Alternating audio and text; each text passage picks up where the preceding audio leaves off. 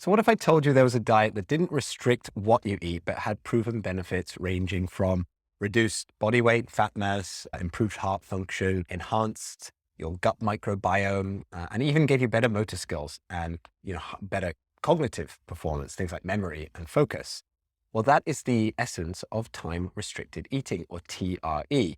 Before we get into what TRE is and isn't, as well as some of its benefits, I want to give a shout out to Dr. Satchin Panda and his team at the Salk Institute in California for all the incredible work they've been doing in this area. It was Dr. Panda and his work that put me onto TRE in the first place. And he and his team aren't the only scientists studying this intersection of circadian rhythms and diet, but they are right at the cutting edge. And they've made several discoveries that really changed our understanding of circadian rhythms and the potential impacts on our health.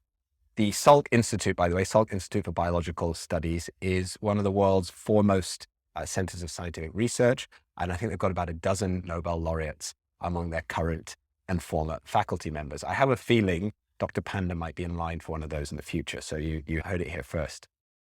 So I was listening to Dr. Panda explain his research to Rhonda Patrick on her really excellent Found My Fitness podcast a few years back. And that really sparked my interest in time-restricted eating. There's a link to the podcast and also to Dr. Panda's book, The Circadian Code, below. So you can do a much deeper dive if you're interested.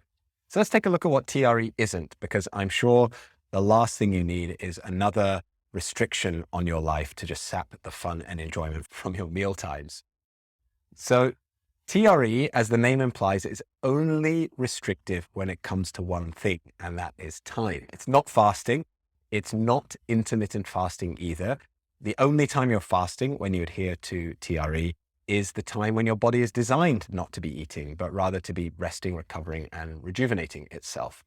So whether or not you want to skip meals with TRE is completely up to you. And it largely depends on how long your eating window ends up being and what time it starts and ends. I usually don't eat breakfast these days, but that's because I've been shortening my window over the last couple of years. And I also prefer to have the option to eat dinner with the family, with the kids, and maybe even do a little snacking in the evening now and then, but always at least 2 hours before bedtime, ideally.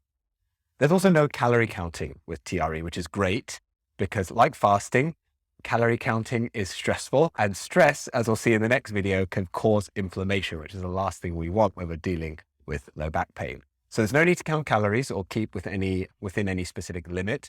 But I found, as I think many others who follow TRE do, that you do end up eating less, mainly because that late night grazing gets cut out. There's less trips to the kitchen cupboards, at 10 p.m. to just kind of check out what's in there and have a little snack, while you're watching your show or reading a book. And as most of us consume, I think myself included, consume way more calories than actually needed, that it's a really positive side effect that can help us shed unnecessary weight. And just as we want to avoid inflammation when we've got low back pain, we also don't want to be carrying around any unnecessary weight that can put a strain on our lumbar area. So as I already mentioned, despite the name, it's not a restrictive diet like keto or Atkins or paleo or raw food diet or something like that. So it's not about recommending that you avoid some types of food and consume more of others. The only restriction here really is time. And according to studies, and this is in the US, only about 10% of people eat and drink within a 12-hour window every day. 12 hours, though, is actually the maximum window for TRE, and we'll talk about why in just a moment. But what they have found is that it's actually really simple and easy to adjust, and I found this myself too after a couple of weeks. Particularly after you start feeling the benefits of the diet, it's not that hard of an adjustment to make, but to reduce your eating and drinking window by just a couple of hours. So what is TRE? Well, TRE is aligning your eating patterns with the body's circadian rhythm, very simply put. Why? Because every process, every system, every organ in the body is designed for a period of activity and exertion, lot higher energy states during the day, followed by a period of downtime. And TRE is just about respecting the evolutionary journey that we and pretty much every other being on the planet has undergone. And it sounds simple enough, eat during the day, fast during the night. But as that stat I just shared tells you, it's something that is very uncommon in practice. Only 1 out of 10. And I'd be surprised actually if it's that high. I'd probably more like, 1 out of 100 people keeps their eating window at or below 12 hours. I know I certainly didn't before I started following TRE. So as I mentioned, recommended window to eat and drink anything except water, because water does not set or reset those secondary clocks in our organs, is 12 hours or less. So let's say you have your first coffee, your piece of fruit or toast or whatever it is at 7 a.m. In doing so, you've activated the secondary clocks in your organs, and then they're set to do what they do best, during the daytime: digestion, metabolism, enzyme production, insulin regulation, etc., for approximately 12 hours. So until 7 p.m. So ideally, you shouldn't be eating or drinking anything except water after 7 p.m. If you do, you're kind of screwing with your system, because the body's in nighttime mode. It's not in daytime mode. It's not ready to digest and break down those foods. The insulin's not being regulated, and that can cause you some serious damage over time. And then if you can get this window to 8 to 10 hours, that's when they found it is really the optimal window. That's when the full force of the benefits really start to be felt. But if you extend that window beyond the 12 hours, as I was saying, as most of us do, as I used to, then we can really do a body some harm. And we can develop all kinds of illnesses actually related to eating beyond the 12-hour window. So when I first started TRE, I was having breakfast first thing, probably around 7 a.m. before heading out to work. And most days I'd still be doing some late night grazing until probably around 9 p.m. So a 14-hour window. So starting with TRE, I usually don't have my first bite now until between 10 a.m. and midday. And then I try to have that last non-water bite or drink no later than around 8 p.m. in the evenings, sometimes even earlier if I eat with the kids, and then just cut myself off, after that.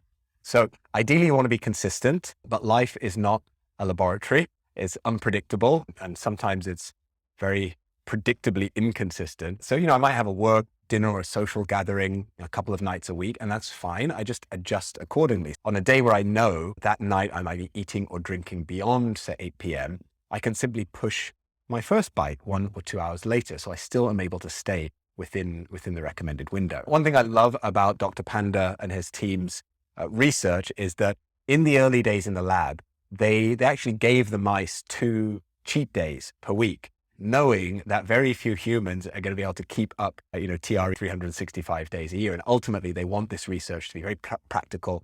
The fact that shift workers, which make up, many millions of people in somewhere like the US, who keep our economies and our societies going, working in hospitals, in factories, the frontliners, all of these different kinds of roles, the chances of them developing serious illness like cardiovascular illnesses and cancer is massively higher than people who don't do shift work. So a lot of this research can actually be used to help those people live a healthier life, which is fantastic. So the good news for you and me is that even with the 2 cheat days, the mice, and more recently even the humans that are being studied, were still able to realize many of the benefits. So, yes, it has the word restricted in the name, but it really is quite a flexible diet. You really are in control. And one of the things I remember Dr. Panda saying is that when you leave your house in the morning, what you eat is actually not always in your control, right? You might only be able to eat whatever's around, whatever coffee shop's there, whatever restaurant is there, whatever cafeteria at the office.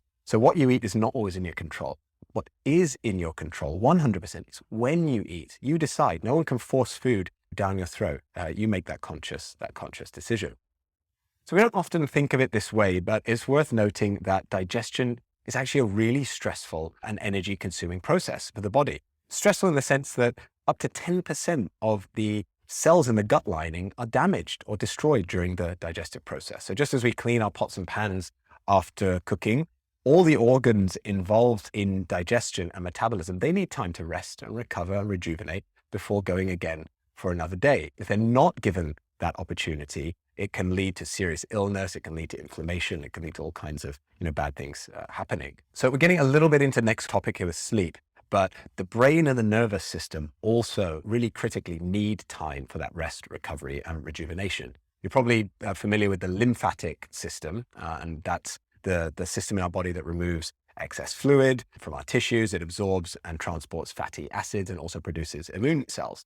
There's another system, which is much lesser known, but equally as vital, and that's called the glymphatic system. So it's just lymphatic system with a G at the beginning. And that is what clears the waste from our central nervous system when we sleep. So if we eat too late or too close to bedtime, say within 1 or 2 hours of sleeping, both of those systems can be disrupted because the energy and the fluids that they need are being diverted towards dealing with, the food that we've put into our bellies. And one of the causes of Alzheimer's and other kind of degenerative brain diseases is the buildup of proteins in the brain. And those should be cleared on a nightly basis by a well-functioning glymphatic system. So it's not just a physical health and the kind of energy levels that can be boosted with TRE, it's also cognitive function. So I'm sure you've experienced eating, pigging out one night, eating a big meal, close to bedtime, going to sleep. You wake up in the morning, you feel groggy.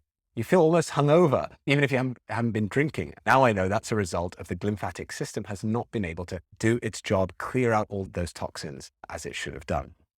Okay, so before we wrap up this video, let's take a look at the laundry list of evidence-based benefits of TRE. There are many, and these are all well documented. I won't read them all out because I think just by glancing through the list, it's pretty hard to argue with at least giving TRE a try. My personal experience has been better sleep, and I struggle with sleep, so that's been really great. Much higher energy levels, more focus. I've had it easier to focus particularly when I'm working on projects at work or reading. Definitely less craving for nighttime snacks, which I used to get quite a lot because it was part of a habit that I had, snacking in the evening. A more stable weight too. So I used to fluctuate. My body weight used to fluctuate from week to week. It still does if I have a few consecutive days of overeating, but these are much rarer now that I'm following the TRE. So I hope that you will give TRE a try. So going back to what I shared at the top of this week, these benefits that I felt from TRE have really helped to just smoothen out the path that I'm walking in life. And they've removed a lot of the friction that used to make managing my low back pain even harder. So I think TRE has been a really key factor in giving me the energy and the motivation that I need to stay with the other practices and wholesome habits, the meditation, the body work, even when I'm feeling, discomfort and tension. Part of the home practice for this week, and we'll share that video later, is that you're going to track your first and your last bite. So your first and your last non-water food or drink that you have during the day, just to become more aware of your current eating window. Because the first step to making any change, as the cliche goes, is becoming aware, right, of the need for that change. There's a problem in the first place. So let's see if there is one. You might already be eating within a 10, 11 hour window. That's fantastic. But if you're not, then there's an opportunity to enhance your life by doing so. If you want to go one step further and also contribute to the research that's being done in this area, you can download this app, the My Circadian Clock app, which came out of Dr. Panda's lab. And then you can use this app for even more detailed tracking. So whether you give TRE a try from this point onwards, or you wait a while and try it later, my ask, and as part of the back to being method, is give it a try for at least 1 month. So start with a 12-hour window, maybe for 1 week, then take it down to 10 hours, at least 5 days a week for maybe the 3 weeks after that. So 1 month, and just see how you feel. What have you got to lose? Nothing to lose. So that's it for this video. In the next one, we are going to have a brief look at how what we eat can cause or prevent inflammation, and in doing so can exacerbate our back pain. So I'll see you soon.